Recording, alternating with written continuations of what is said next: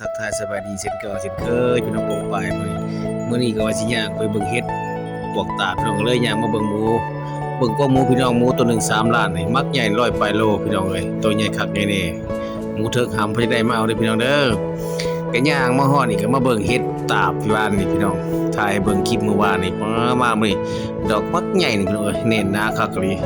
ตอนนี้กำลังจุ่มๆขึ้นมาแต่หน้าดินพี่น้องคักว่าเฮ็ดปวกตาบนี่เด้อนี่ ก็ย่างซอกไปซอกมาบ่ว่าสิพาพี่พาน้องมาเบิ่งกกที่ว่า กกอันนั้นพี่น้องจะเป็นกกสักทองนี่เอามาปลูก10ปลายต้น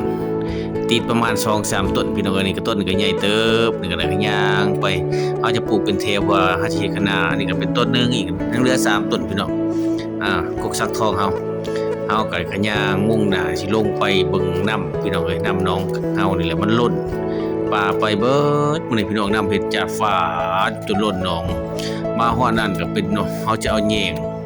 หรือเอามองพี่น้องป่าไปเบิดนี่พี่น้องเห็นบ่ปลาคอน้อยจะขึ้นเนี่ยปลาคอน้อยโดดดงอยู่นี่เบิ่งคักๆพี่น้องเห็นรถป่า